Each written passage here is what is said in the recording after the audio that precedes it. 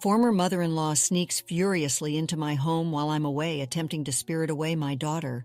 I am Gloria. I never thought I would get to share my story, but here I am with a crazy mother-in-law tale. I've used fake names because I have a daughter and I don't want to be recognized. To be honest, my story doesn't even start with a crazy mother-in-law. I was married to my high school sweetheart, Daniel, for 3 years. We married young and settled in well before my mid-20s.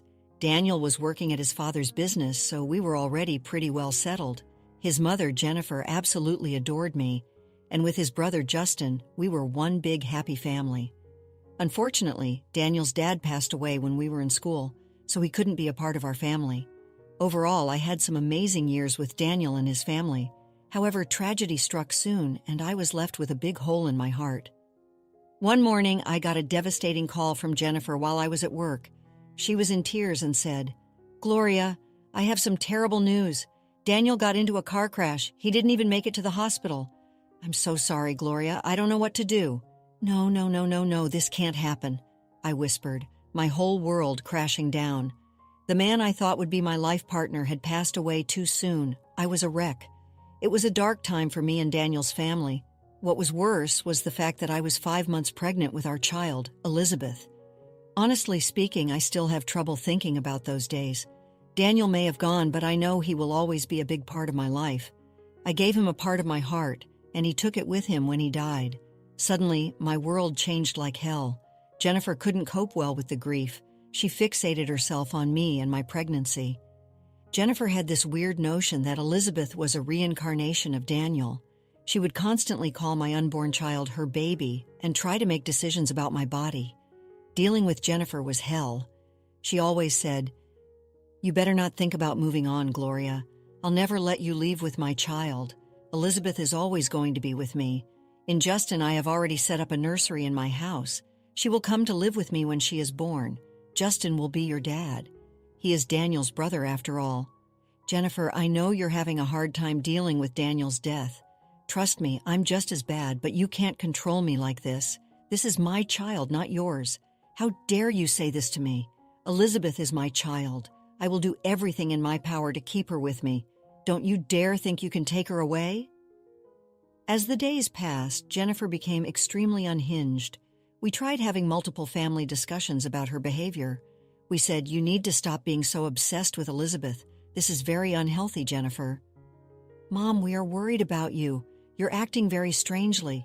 I think you should consider therapy," Justin said. "The only one you should worry about is Gloria. I know this girl. She'll run away with a new man once the child is born. She'll take away Elizabeth and raise her with someone else," Jennifer retorted. "Mom, you're not making any sense. Daniel is the father of Elizabeth. A new man will not replace him. I'm her uncle, and that's it. I will be there for her, and so will you, but ultimately she is Gloria's daughter," Justin said, trying to reason with his mother. Jennifer never listened to us. From hosting a baby shower for herself to demanding presents in the delivery room, Jennifer did a lot of things. Just thinking about everything makes me have a panic attack. Justin did his best to control his mother, but she never improved. The first serious trouble she made was just after I gave birth. She came to my room and asked to hold the baby. When I handed her my daughter, she ran for the door. Luckily, Justin was outside and stopped her with some nurses. From that moment, I knew Jennifer couldn't be around my daughter, so I filed a case against her and let the cops deal with her. I was hesitant to get a restraining order at first. I wanted Elizabeth to know her grandma, so I set some boundaries and hoped for the best. Jennifer crossed all of them. She tried to take my daughter away several times. She also tried to convince and demand Justin and his girlfriend to adopt Elizabeth. They refused because they were good people. Jennifer also didn't like the fact that I was seeing someone when Elizabeth was 2. The last straw came when she tried to take her away from daycare without my permission. We found that she had planned to move to a different state. I immediately confronted her in front of Justin. "What is wrong with you, Jennifer? How many times do I have to tell you that you can't see my child without my permission? Even though the courts are with me on this still, you still keep trying to take her away. Elizabeth is my child and she deserves to be with me. I'll keep her with me until Justin and his girlfriend get married. Then we will be a happy family. You can go have a new child with your boyfriend," I said, exasperated. "Mom, you can't say or do things like this. We have already told you that Elizabeth belongs to Gloria alone. If she marries again, Elizabeth will have a father figure. You don't have to worry about her," Justin pleaded. No. This is Daniel's daughter. I won't let anyone else raise her. She is mine and mine only. Gloria is nothing but a woman. I will take my Elizabeth away from this witch," Jennifer yelled, her voice filled with rage. By that point, I was completely done with Jennifer. She never showed any improvement and instead got worse with time. Now I was getting worried for Elizabeth's safety, so I decided to file a restraining order against Jennifer. I knew that the restraining order would make her go mad, so before she could do any more damage, I shifted to a different country. I took a transfer and left without telling anyone the address. Only Justin knew my address, because he was dependable. Jennifer's behavior did have a lasting impression on me. I was always paranoid that she would take my child. The first year I moved was hell. Ultimately, I got therapy and decided to get better for my daughter. I was also developing a good connection with Stephen, who was a resident.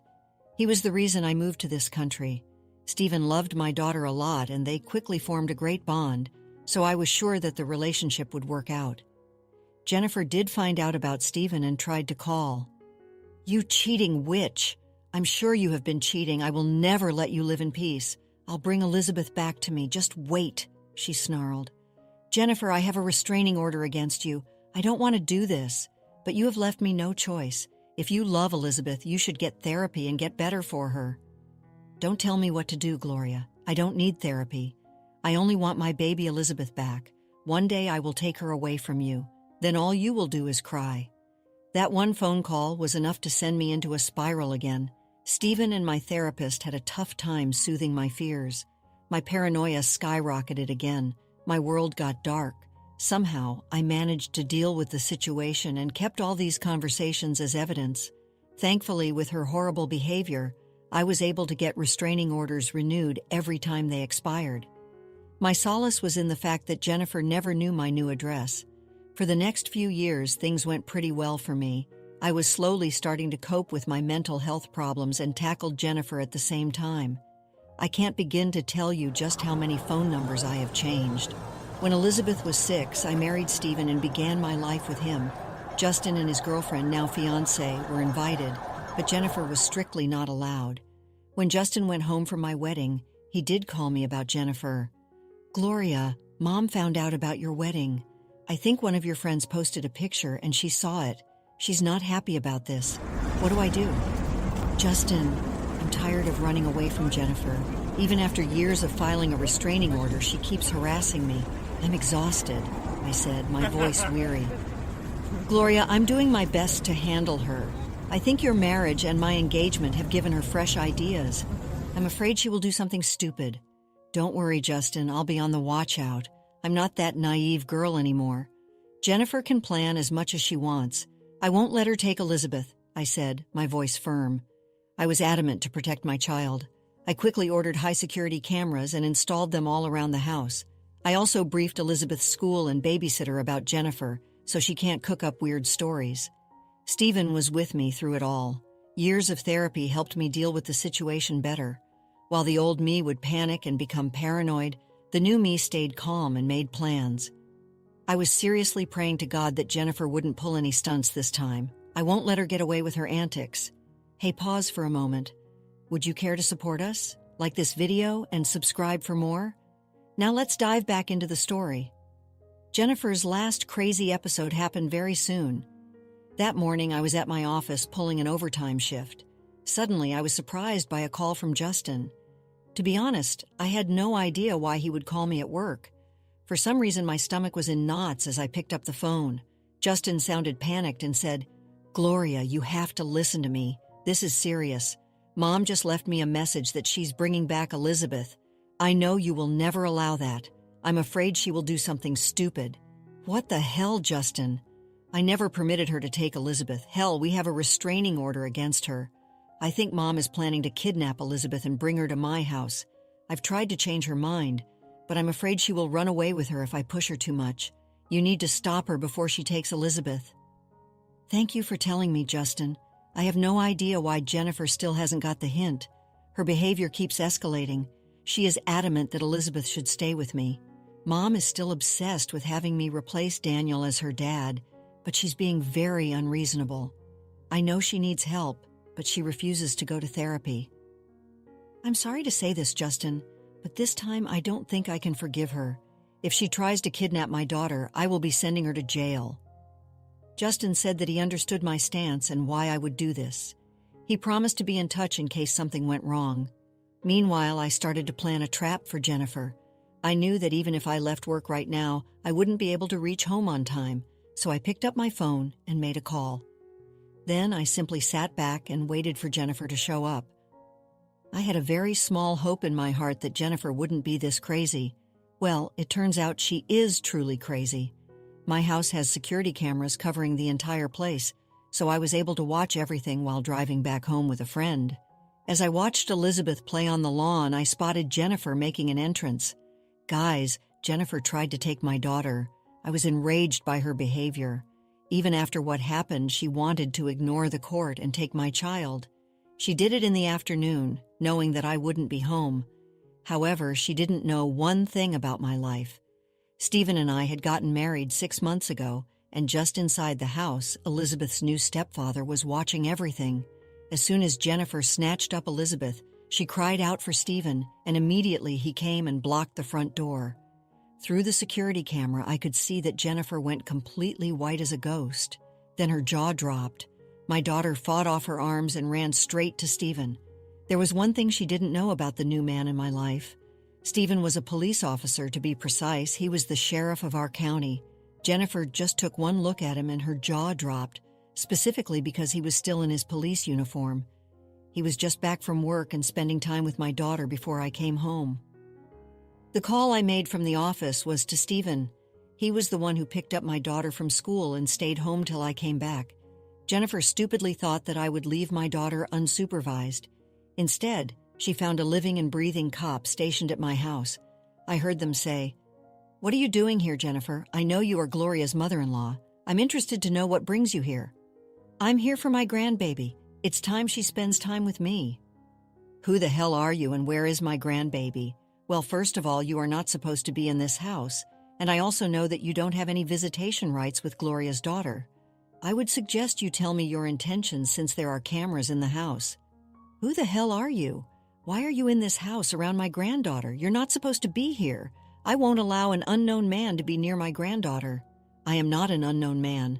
I'm her stepfather and I have full rights to be here.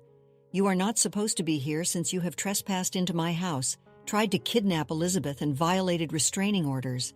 I have already called my mates to come and arrest you." No, you cannot arrest me. I'm not doing something wrong. My granddaughter belongs to me and Justin. I want Gloria to let a stranger raise Daniel's daughter. Only Justin is fit to be her dad. Listen to me, Jennifer. You need to step away from this house right now. The cops will come and arrest you if I don't do it myself. Jennifer kept arguing with Stephen while I hurried home to them. My friend from work drove me to my house while I was watching the confrontation. Stephen kept warning Jennifer that she would face some serious charges if she didn't leave. Well, Jennifer decided to be a martyr and continued to try and argue with him. As soon as I reached the house, Jennifer started to shout at me, "You witch! You intentionally married a cop so that you can take away my granddaughter. This is all your planning. I always knew you were a total witch." "Calm down, Jennifer. You keep forgetting the fact that my cop husband is right in this house. Believe it or not, he will arrest you if you keep harassing us." "I won't go down so easily. I'll tell everyone that you were cheating with Stephen before Daniel died.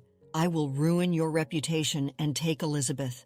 "Stephen, you can add harassment and slander to Jennifer's list of offenses now. Looks like she won't stop."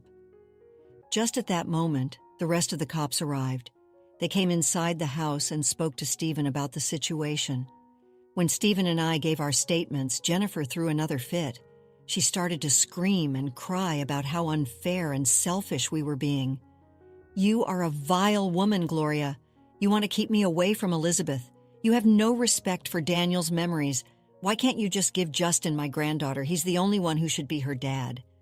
Now you have some serious audacity coming to my house and trying to take my daughter away. What makes you think I will ever allow you near her again? She is my granddaughter. I have the right to decide who raises her. The courts are wrong. I deserve to be with Elizabeth. She deserves to be in my family. Jennifer took that opportunity to attack me again. Yes, this crazy lady tried to assault me in front of my cop husband and friends. She was immediately restrained, and Stephen looked extremely pissed off. He spoke with his colleagues, and in a few seconds, Jennifer was taken away in cuffs. She did try to fight those officers, and that made another offense on her already big criminal record. She was taken away, but not before she could throw some insanely inappropriate comments towards me and my husband. After everything happened, I took some time off work to be with my daughter. She was still traumatized by everything, especially by the way Jennifer tried to grab her and run. Even I am exhausted from dealing with Jennifer and had a hard time balancing everything. Stephen has been a huge support to both me and Elizabeth. Elizabeth has even started to call him Dad. She does know about Daniel, but she also sees Stephen as a father. I'm so happy that my little girl is finally starting to have a normal life. Justin and I talked in detail about what went down. He did apologize for his mother's behavior multiple times. I assured him that none of this was his fault, and he shouldn't take Jennifer's blame. He was a great uncle to Elizabeth and tried to replace Daniel. Justin continues to visit us every week to spend time with Elizabeth and my family. He has since uninvited Jennifer from his wedding and is planning to have no contact with her. Speaking of Jennifer, she will be spending time in jail by now. She has managed to work towards an impressive list of charges that keeps getting worse from what Stephen has told me. She will likely face fines along with a short prison sentence. She's tried her best to turn the judge against us, but even the lawyer knows she's a lost cause. We're still waiting for the final hearing, so I can't share all the details of the court proceedings. However, it looks like me, Stephen, and Elizabeth will finally have some peace away from my crazy ex-mother-in-law. Let's conclude the story shortly. Jennifer's attempts to disrupt my life and steal my daughter ended with her facing the consequences of her actions. Justice prevailed, and I finally felt a sense of relief. The restraining order was renewed, and Jennifer was behind bars where she belonged. My life with Stephen and Elizabeth continued to blossom. Elizabeth thrived in a loving and stable environment, finally free from the shadow of her grandmother's obsession. Stephen, my rock, stood by me through it all, and together we built a beautiful family. While the scars of Jennifer's madness remained, I learned to live with them. Therapy helped me process the trauma, and I found strength in my resilience. The experience taught me the importance of setting boundaries, protecting my family, and never giving up hope. And as for Jennifer, well, I hope she finally gets the help she needs. But even if she doesn't, I know that Elizabeth and I will be safe, surrounded by love and a future free from her interference. Our story, though tinged with darkness, is ultimately a story of resilience, love, and the triumph of good over evil. After experiencing the full journey of our story, we'd love to hear your thoughts. How did the story resonate with you? Don't forget to like, subscribe, and stay blessed. Thank you for watching, and see you in the next story.